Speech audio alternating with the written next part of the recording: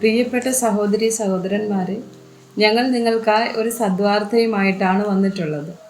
2025 ജനുവരി 1 മുതൽ 365 തലക്കെട്ടുകൾ ഉൾപ്പെടുത്തിക്കൊണ്ടുള്ള വർഷം മുഴുവൻ പ്രാർത്ഥിച്ച് ധ്യാനിക്കാനുള്ള വചനങ്ങൾ ഞങ്ങൾ പങ്കുവയ്ക്കുന്നു.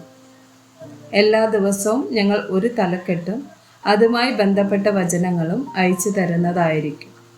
വചനങ്ങൾ കേട്ട് ധ്യാനിച്ച് അനുഗ്രഹം പ്രാപിക്കാൻ ഞാൻ നിങ്ങളെ പ്രോത്സാഹിപ്പിക്കുകയാണ്. ദയവായി സബ്സ്ക്രൈബ് ചെയ്യുകയും നിങ്ങളുടെ കൂട്ടുകാരുമായി പങ്കുവയ്ക്കുകയും ചെയ്യുക. നന്ദി.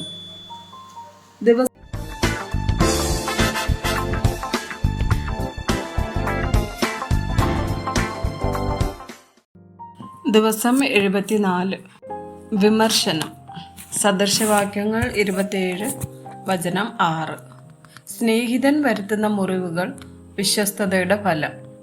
ശത്രുവിൻ്റെ ചുംബനങ്ങളോ കണക്കിലധികം. സദൃശവാക്യങ്ങൾ 28 വചനം 23. ചക്കരവാക്ക് പറയുന്നവനേക്കാൾ ശാസിക്കുന്നവന് പിന്നീട് പ്രീതി ലഭിക്കും. മത്തായി 9:10 മുതൽ 12 വരെയുള്ള വചനങ്ങൾ.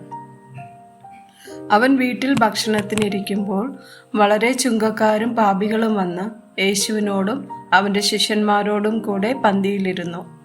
പരീശന്മാർ അത് കണ്ട് അവൻ്റെ ശിഷ്യന്മാരോട്, നിങ്ങളുടെ ഗുരു ചുങ്കക്കാരോടും പാപികളോടും കൂടെ ഭക്ഷിക്കുന്നത് എന്ത് എന്ന് ചോദിച്ചു. യേശു അത് കേട്ടാറെ, ദീനക്കാർക്കല്ലാതെ സൗഖ്യമുള്ളവർക്ക് വൈദ്യനെ കൊണ്ട് ആവശ്യമില്ല.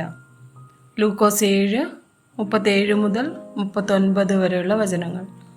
പട്ടണത്തിൽ പാപിയായ ഒരു സ്ത്രീ അവൻ പരീശന്റെ വീട്ടിൽ ഭക്ഷണത്തിനിരിക്കുന്നത് അറിഞ്ഞ് ഒരു വെൺകൽഭരണി പരിമള തൈലം കൊണ്ടുവന്നു. പുറകിൽ അവൻ്റെ കാൽക്കൽ കരഞ്ഞുകൊണ്ട് നിന്ന് കണ്ണുനീരുകൊണ്ട് അവൻ്റെ കാൽ നനച്ചു തുടങ്ങി. തലമുടി കൊണ്ട് തുടച്ച് കാൽ ചുംബിച്ച് തൈലം പൂശി. അവനെ ക്ഷണിച്ച പരീശൻ അത് കണ്ടിട്ട്, ഇവൻ പ്രവാചകനായിരുന്നു എങ്കിൽ തന്നെ തൊടുന്ന സ്ത്രീ ആരെന്നും എങ്ങനെയുള്ളവൾ എന്നും അറിയാമായിരുന്നു. അവൾ പാപിയല്ലോ എന്നുള്ളിൽ പറഞ്ഞു. ആമേൻ.